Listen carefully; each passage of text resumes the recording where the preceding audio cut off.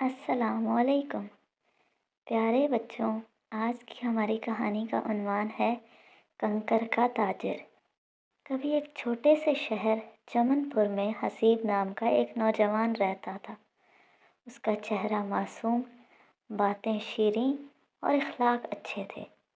बाप के इंतकाल के बाद घर का वाहिद सहारा वही था। तालीम अधूरी रह गई और मौश का कोई मुस्तहकम ज़रिया ना था। ज़िंदगी ने उसे छोटी ही उम्र में संजीदगी सिखा दी थी, जिस उम्र में नौजवान ख्वाब देखा करते हैं। चमनपुर की मंडी काफ़ी मशहूर थी। रोज़ कोई ना कोई नया सौदा, नई कीमत, नई चाल, नई दौड़। हसीब भी वहीं जा बैठा।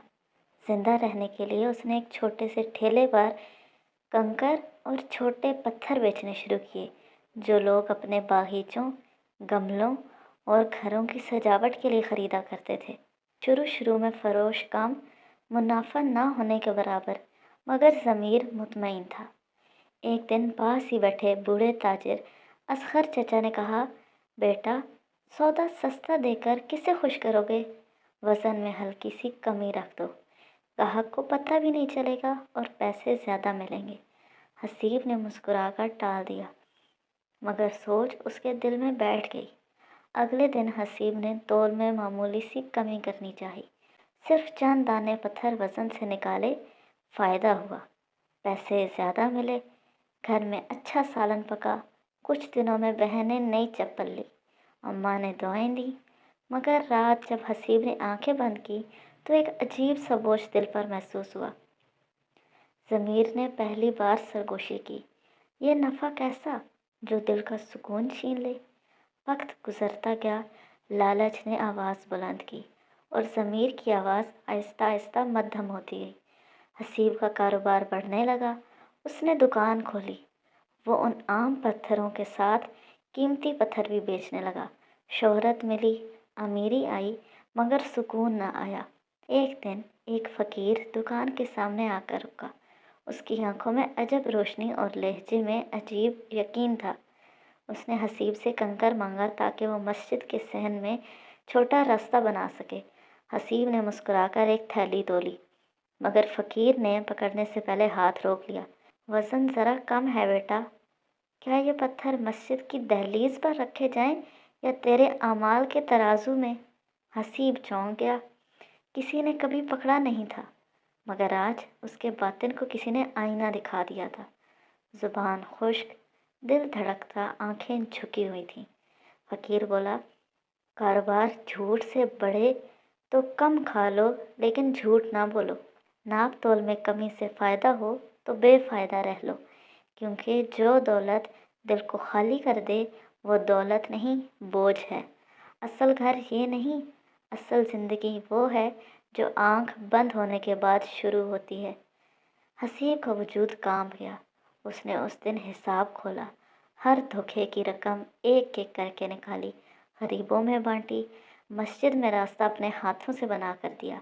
उस दिन के बाद उसने एक नया उसूल अपनाया, मैं कमाऊंगा हलाल, चाहे कम मिले मगर सुकून के साथ। साल गुजरते गए। रिस्क कम था, मगर इज्जत बेतहाशा। लोग उस पर एतमाद करने लगे। शहर में एक ही नाम था जिस पर तौल में उंगलियां नहीं उठती, हसीब, कंकर का ताजिर। एक दिन एक बड़े ताजिर ने हसीब को शहर से बाहर बड़ी दुकान खोलने की पेशकश की, मगर शर्त वही, थोड़ा कम तोलना। हसीब ने बगैर सोचे कहा, मेरा रब बहुत रहीम है। रिस्क ज़्यादा ना हो मगर पाक हो तो काफ़ी है। अल्लाह बरकत देगा। मैं दुनिया के बदले आखिरत नहीं बेचूंगा। ताजिर हैरान रह गया और ये खबर पूरे शहर में फैल गई।